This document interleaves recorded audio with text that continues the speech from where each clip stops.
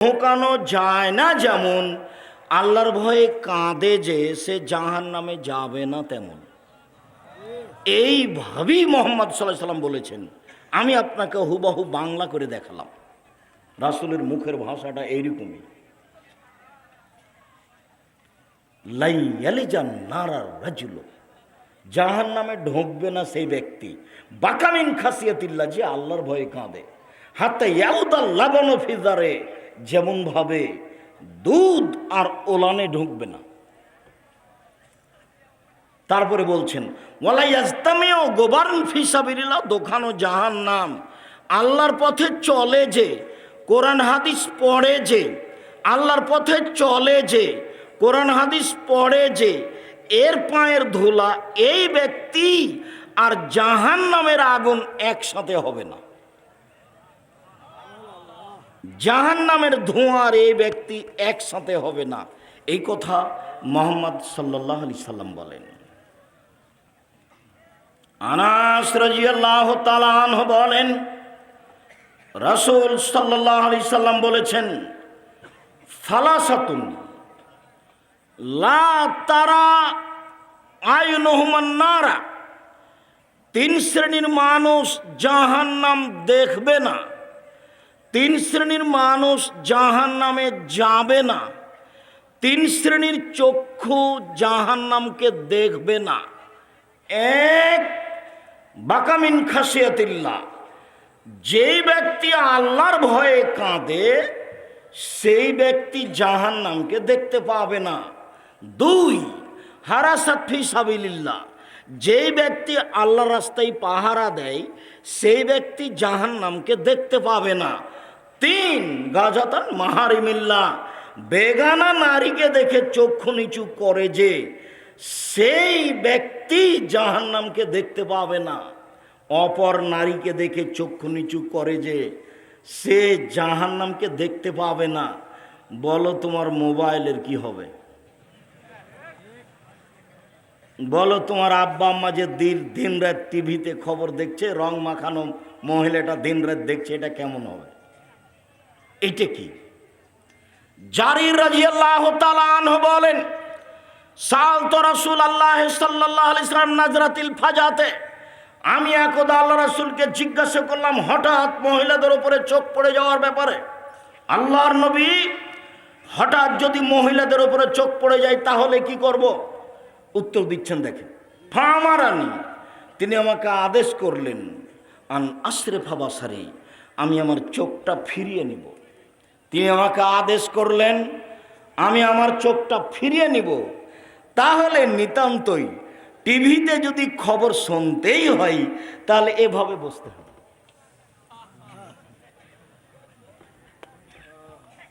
রাসূল সাল্লাল্লাহু আলাইহি সাল্লামের কথা তোমার সামনে নকল করছি। মনে করো না আমি আব্দুর রাজ্জাক বিন ইউসুফ বলে গেলাম, মনে করিও মুহাম্মদ সাল্লাল্লাহু আলাইহি সাল্লাম বলেছেন, সেই কথা উনি আমাদের সামনে পেশ করলেন। তুমি সরিষা সম পরিমাণ খাটো চোখে দেখিও না। আমার জীবনে কোনোদিন আমি অপ্রয়োজনীয় বাক্য বলিনি, 90 সাল থেকে না আজ পর্যন্ত। আজকেও কোনো অপ্রয়োজনীয় বাক্য বলবো না বলে আশা করছি ইনশাআল্লাহ। উবাদা ইবনে সামিত রাদিয়াল্লাহু তাআলা আনহু বলেন, রাসূল সাল্লাল্লাহু আলাইহি সাল্লাম বলেছেন, পৃথিবীর মানুষ 6টা জিনিসের জিম্মেদারি নাও, আমি তোমাকে জান্নাতে নিয়ে যাওয়ার জিম্মেদারি নিলাম। তার একটি হচ্ছে অপর নারীকে দেখে চক্ষু নিচু করো। অপর নারীকে দেখে চক্ষু নিচু করো। কিভাবে জান্নাতে নিয়ে যেতে হবে সেটা আমার ব্যাপার, আমি নিয়ে যাব। এই কথা মুহাম্মদ সাল্লাল্লাহু আলাইহি সাল্লাম বলেন। দৃষ্টি খুব কঠিন জিনিস। আল্লাহর নবী একদা বলছেন, সঙ্গী সাথী ইস্তাহি মিনাল্লাহ হাক্কাল হায়া, সঙ্গী সাথী তোমরা একটু আল্লাহকে সত্য সত্য লজ্জা করো তো। সঙ্গী সাথী তোমরা একটু সত্য সত্য আল্লাহকে লজ্জা করো তো। তো সাহাবীগণ বলছেন, আল্লাহর নবী আমরা আল্লাহকে লজ্জা করি, আমরা সত্য সত্যই আল্লাহকে লজ্জা করি। তখন আল্লাহ রাসূল বলছেন, না না না না না, তোমরা যেটা বুঝেছো আমি সেটা বলিনি। আমি বলছি মান ইয়াহফাজু রাসাহু ওয়া মা হাওয়া ওয়া মা হাওলাহু, যে তার মাথাকে রক্ষা করে, মাথা সংক্রান্ত যা কিছু আছে তাকে রক্ষা করে, সেই সত্য সত্যই আল্লাহকে লজ্জা করে। মাথার সাথে আছে দুই কান, দুই কানে আছে ইয়ারফোন লাগানো, ইন্ডিয়ার গান চলছে, এ আল্লাহকে লজ্জা করে না। মাথার সাথে আছে চক্ষু, দিনরাত নগ্ন নারীকে দেখছে টিভিতে ও মোবাইলে, এ আল্লাহকে লজ্জা করে না। সাহাবীগণকে আল্লাহ নবী বলছেন, সঙ্গী সাথী তোমরা একটু সত্য সত্যই আল্লাহকে লজ্জা করো তো।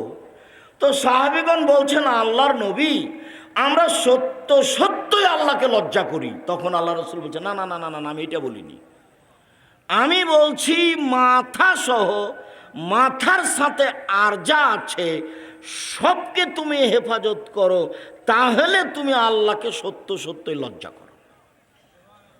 চোখ আছে, নাক আছে, মুখ আছে, মুখ সবচেয়ে বড় বিপদ। রাসূল সাল্লাল্লাহু আলাইহি সাল্লাম বলেন, মাইয়াজমান লি মা বাইনা লাইয়াইহি ওয়া মা বাইনা রিজলাই হাজমাল্লাহুল জান্নাহ। এই জন্য তোমাকে দুজন যেখানে বসে আছে সেখানে বসতে নিষেধ করি। পৃথিবীর মানুষ শুনে রেখো, কেউ যদি মুখের জিম্মেদারি নিতে পারে, কেউ যদি লজ্জা স্থানের জিম্মেদারি নিতে পারে, জেনা করবে না, আমি মুহাম্মদ সাল্লাল্লাহু আলাইহি সাল্লাম তাকে জান্নাতে নিয়ে যাওয়ার জন্য জিম্মেদারি নিলাম। কিভাবে নিতে হবে সেটা আমার ব্যাপার। এক, মুখে বদনাম করবে না, মুখে কারো বিরুদ্ধে কিছু বলবে না, মুখে খারাপ কিছু বলবে না। দুই, জেনায় লিপ্ত হবে না। এই দুইটা কাজ ও করুক, বাকিটা আমি করব। আমার আর আপনার দুইটা, আর আল্লাহর নবীর একটা, উনি জান্নাতে নিয়ে যাবেন, আর আমাকে আর আপনাকে দুইটা করতে বলেছে, মুখ আর লজ্জা স্থান। মুখ বড় বিপদ, আপনি বুঝতে পারেননি আজকে সারাদিনে কত কি বলেছে। এই ছেলেরাকে বলছি তোমরা ধৈর্য ধারণ করো, একজন আর একজনকে বলবা সবর, ধৈর্য ধারণ করো। তার কেটে দিয়েছে, ধৈর্য ধারণ করো। সবর, ধৈর্য ধারণ করো। ধৈর্য ঘোড়ার ডিম নয়, ধৈর্য একটা জিনিস যেটা মানুষ বাস্তবায়ন করতে পারে, গরু ছাগল পারে না। ধৈর্য ঘোড়ার ডিম নয়, ধৈর্য একটা জিনিস যেটা বাস্তবায়ন করতে পারে মানুষ। কে পারে? মানুষ পারে, গরু ছাগল পারে না। গরু ছাগল ধৈর্য জিনিস বুঝে না, কাজে ওকে বুঝানো যাবে না। মানুষই ধৈর্য বুঝতে পারে, মানুষই এর বাস্তবায়ন করতে পারে। সম্মানিত দিনী ভাই বোন, রাসূল সাল্লাল্লাহু আলাইহি সাল্লাম একদা বলছেন, তোমাদের কি হবে, যুগের কি হবে, তোমাদের কি হবে, যুগের কি হবে, তোমাদের কি হবে, যুগের কি হবে। এদা উবকিতুম ফি হুসালাত মিনান নাস, যেদিন যুগের লোক হবে সবাই আগাছা, সবাই খারাপ, কে যে ভালো তা দেখা যায় না। মৌলানা সাহেব প্রতারণা দেয়, হাজি সাহেব প্রতারণা দেয়, মসজিদে মারামারি হয়, মাদ্রাসাতে মারামারি হয়, চেয়ারম্যান, মেম্বার, এমপি, মন্ত্রী, হেড মৌলানা, হেডমাস্টার, প্রিন্সিপাল সবাই টাকা আত্মসাৎ করে মেরে খায়। সবাই যে খারাপ, যখন সবাই খারাপ হবে তখন তোমাদের কি হবে, যুগের কি হবে, তোমাদের কি হবে, যুগের কি হবে। শোনো আবু মুসা, সমাজে যেদিন কোনো আমানতদারি থাকবে না, সবাই টাকা পয়সা মেরে খাবে, সেদিন তোমাদের কি হবে, যুগের কি হবে, সেদিন তোমাদের কি হবে, যুগের কি হবে। শোনো আবু মুসা, যেদিন মানুষের ভিতরে মতবিরোধ দেখা দিবে, এভাবে দেখেন, দেখাচ্ছেন এভাবে, আমার দিকে দেখেন তো, দেখাচ্ছেন তিনি এইভাবে, ডান হাতের আঙ্গুলগুলি বাম হাতের আঙ্গুলের ভিতরে যেভাবে ঢুকলো, মানুষের ভিতরে মতবিরোধ সেভাবে ঢুকবে। এই সামান্য প্রোগ্রাম তো কিছু ছেলে বলছে এখানে, কিছু বলছে না ওখানে, ওখানে করবো। আর মুরব্বী বলছে এখানে, আর ছাড়ো মুরব্বীর কথা, ওখানে করব। কেউ কাকু মানে না। মসজিদে মারামারি লেগে গেছে সামান্য কথা নেই। আর মাদ্রাসার অবস্থা তো আপনি দেখতে পাচ্ছেন, আর সামাজিক অবস্থা তার ঢাকা নাই, সবাই দেখছে সামাজিক অবস্থা। আর আমি তোমাকে তো খুব ভালো চিনি, আজকে তুমি বসে আছো, কালকে তুমি একটা সিগারেটের জন্য আগেই থাকবে। যখন তুমি মোটর সাইকেলে যাও না, আমি গাড়িটা নিয়ে আসি, তখন আমি তোমাকে দেখি, তুমি না জানি কি তুমি ওখানে গেছো কেন? ইমানটা হারাতে। কি হবে ওখানে গিয়ে তোমার? শোনো, যেদিন মতবিরোধ এমন হবে, সেদিন তোমাদের কি হবে, যুগের কি হবে, তোমাদের কি হবে, যুগের কি হবে। বলেন আল্লাহর নবী কি করতে হবে? এই যখন বলেন কি করতে হবে, তখন তিনি বললেন যেটা সেটা হলো কথা। এ দেখো, মুখটা কন্ট্রোলে রাখো, তাহলে বেঁচে যাবা। 2, বাড়িতে থাকো, তাহলে বেঁচে যাবা। 3, যেটা ভালো সেটা নিও, যেটা খারাপ সেটা ছেড়ে দিও, তাহলে বেঁচে যাবা। আচ্ছা আল্লাহর নবী, বুঝলাম, ভালোটা নিব, খারাপটা ছেড়ে দেবো। আচ্ছা আল্লাহর নবী, মুখ খুললাম না। আচ্ছা আল্লাহর নবী, আমি বাড়িতে থাকলাম, বিরোধী দল যদি আমাকে বাড়িতে এসে মেরে যায়, তাহলে কি করব? কথা বোঝা যায়নি? তখন আল্লাহ রসুল বলছেন, শোনো শোনো শোনো, যদি পরিস্থিতি এমনই হয়, তাহলে আদমের 2 ছেলের ভালোটার মতো হয়েও, আদমের 2 ছেলের ভালোটার মতো হয়েও। আদমের এক ছেলে কাবিল বলল, এই তোকে মারবো। তখন হাবিল বলছে, তুমি মারো মারো, আমি তোমাকে মারবো না। আল্লাহ নবী কি বললেন বলেন তো দেখি? যখন সাহাবী বললেন, ঠিক আছে আল্লাহর নবী, মুখ খুললাম না, ঠিক আছে আল্লাহর নবী, বাড়িতেই থাকলাম, তো ওরা যদি এসে আমার বাড়িতে মেরে যায়, তাহলে আমি কি করব? তখন আল্লাহ রসুল কি বললেন বলেন তো দেখি? তখন বললেন যে আদমের 2 ছেলের ভালোটার মতো হও। যদি মারতে আসে ঘরে, তাহলে বলতে হবে, ঠিক আছে তুমি আমাকে মেরে যাও, আমি তোমাকে কিছু বলবো না। আপনি বললেই বিপদ, আর আপনি হক টিকাতে পারবেন না। আল্লাহ রসুল বললেন, মুখ বন্ধ রেখো। একদা বলছেন, সঙ্গী সাথী বলতে পারো মানুষকে পিছন দিক থেকে ধাক্কা মেরে জাহান্নামে নিক্ষেপ করে কি? সঙ্গী সাথী বলতে পারো মানুষকে পিছন দিক থেকে ধাক্কা মেরে জাহান্নামে নিক্ষেপ করে কি? সঙ্গী সাথী বলতে পারো মানুষকে পিছন দিক থেকে ধাক্কা মেরে জাহান্নামে নিক্ষেপ করে কি? এ কথা বলতে বলতেই ফাঁক হাজের সেনা হোক জিভাটা ধরে নিচ্ছে। জিভা মানুষকে পিছন দিক থেকে ধাক্কা মেরে জাহান্নামে নিক্ষেপ করে। মুখ বন্ধ রাখতে হবে, তাহলে পথ সহজ হবে। বলছিলাম, চক্ষু নিচু রাখতে হবে। চক্ষু নিচু রাখতে শুধু পুরুষকে বলা হয়নি, মহিলাদেরকে বলা হয়েছে। মহান আল্লাহ বলেন, অকুলিল মুমিনাত ইয়াগজুজনা মিন আবসারিহিন্না ওয়া ইয়াহফাজনা ফুরুজাহুন্না ওয়া লা ইউবদিনা যিনাতাহুন্না। মুহাম্মদ সাল্লাল্লাহু আলাইহি সাল্লাম, আপনি পৃথিবীর মুসলিম নারীকে বলে দেন, মহিলাদেরকে বলে দেন, তারা যেন চক্ষু নিচু করে, তারা যেন লজ্জাস্থানকে হেফাজত করে, তারা যেন তাদের সৌন্দর্য প্রকাশ না করে। উপস্থিত বৈঠকের মুসলিম বোন, এই মেয়ে, তোমাকেই বলছি, তুমি যে ক্লাস 10-এ পড়ো, তোমার মাথায় কাপড় নাই কেন? তোমার বাপ নেই? লজ্জা পাও নাকি? জন্ম দিতে পারলে বাপ হওয়া যায়, তো পুরাতন কথা, নতুন নয়। ক্লাস 10-এ পড়ো তুমি, যেদিন 8-এ উঠেছিলে সেদিন তুমি যুবতী হয়েছ। কাকে কি বুঝাতে চাচ্ছ? রাজুলুর আইন ফিয়া হালে বাইতিহি ও মুসলমান রায়তিহি। যে বাড়ির মালিক, তাকে ছেলে মেয়ে সম্পর্কে অক্ষর অক্ষরে জিজ্ঞাসা করা হবে, বিচারের মাঠে তাকে উত্তর দিতে হবে, নইলে সে তাহাজ্জুদ পড়ে টিকতে পারবে না।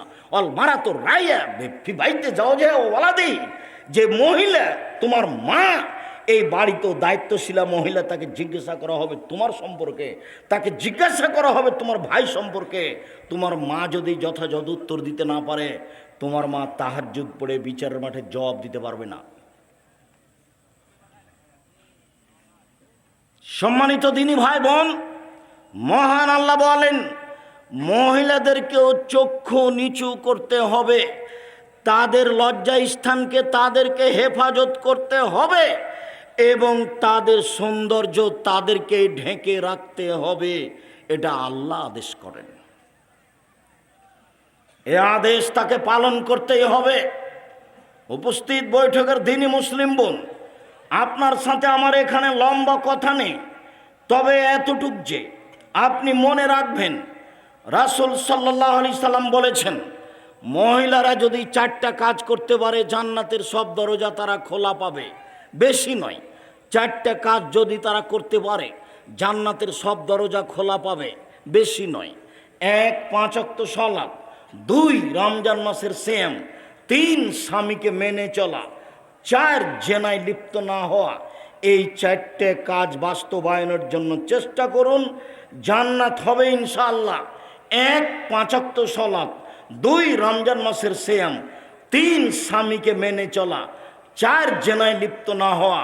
আব্দুর রাজাক সাহেব, হুয়াকুয়া একটা উল্লেখযোগ্য গ্রাম আপনার জানা আছে। আমরা এই গ্রামে বসবাস করি, আমরা জেনার সাথে সম্পৃক্ত নই। আমরা 3টা কাজই করার চেষ্টা করি। 1 5 ওয়াক্ত সালাত, 2 রমজান মাসে রোজা, 3 জেনায় লিপ্ত না হওয়া। আমরা 3টাই যথাযথভাবে বাস্তবায়ন করি। 4 স্বামীকে মেনে চলা, এটা পূর্ণ পারি না। কেন? আমার স্বামীর মুখ খারাপ, ও গালি দেয়। গালি দিবেন কেন? মুখ খারাপ করবেন কেন? মুখ খারাপ করবেন কেন? খেতে বসে আল্লাহ রসুল কোনোদিন খাদ্যের নিন্দা করেননি। ভালো লেগেছে খেয়েছেন, ভালো না লাগলে ছেড়ে দিয়েছেন। ভালো লেগেছে খেয়েছেন, ভালো লাগেনি ছেড়ে দিয়েছেন। একটা বাস্তব ঘটনা শোনা। এই ছেলে, কেউ কারোর গায়ে হাত দিবেন না। এক খেলে আমার দিকে চেয়ে থাকেন। আল্লাহ রসুলের স্ত্রী একসাথে 11 জন ছিলেন। আল্লাহর নবী এক স্ত্রীর কাছে ছিলেন, অর্থাৎ আয়েশার কাছে ছিলেন। তো কোনো স্ত্রী বাটিতে করে তরকারি দিয়ে পাঠিয়েছেন বাঁধির হাতে, দাসীর হাতে। তো আয়েশার ঘরে এসে ওই দাসী বাটিটা হাতে করে আছে। তো আয়েশা এইভাবে বাটিটাতে আঘাত করে বাটিটা ফেলে ভেঙে দিয়েছে। বাটিটাও পড়ে গেছে, ভেঙে গেছে, তরকারিও সব পড়ে ভেঙে গেছে, নষ্ট হয়ে গেছে। তো আল্লাহ রাসূল বাটিটা উঠিয়ে, তরকারিগুলো উঠিয়ে নিয়ে একটা ভালো বাটিতে অন্য কিছু দিয়ে ওই কাজের মহিলাটার হাতে দিয়ে পাঠিয়ে দিলেন। আর ওই ভাঙা বাটিটা তিনি নিজে জোর লাগালেন, লাগিয়ে রেখে দিলেন। বললেন যে ভাঙাটা তোমার জন্য, আর তোমার ভালোটা আমি দিয়ে পাঠিয়ে দিয়েছি, যে খাদ্য দিয়ে পাঠিয়েছে। আল্লাহ রাসূল তার স্ত্রীকে কিছু বললেন, এটা বোঝা গেল না। আমি বুঝাতে পারিনি কি বলছি। তার মানে আল্লাহ রাসূলের চোখের সামনে কাজের মহিলার হাতে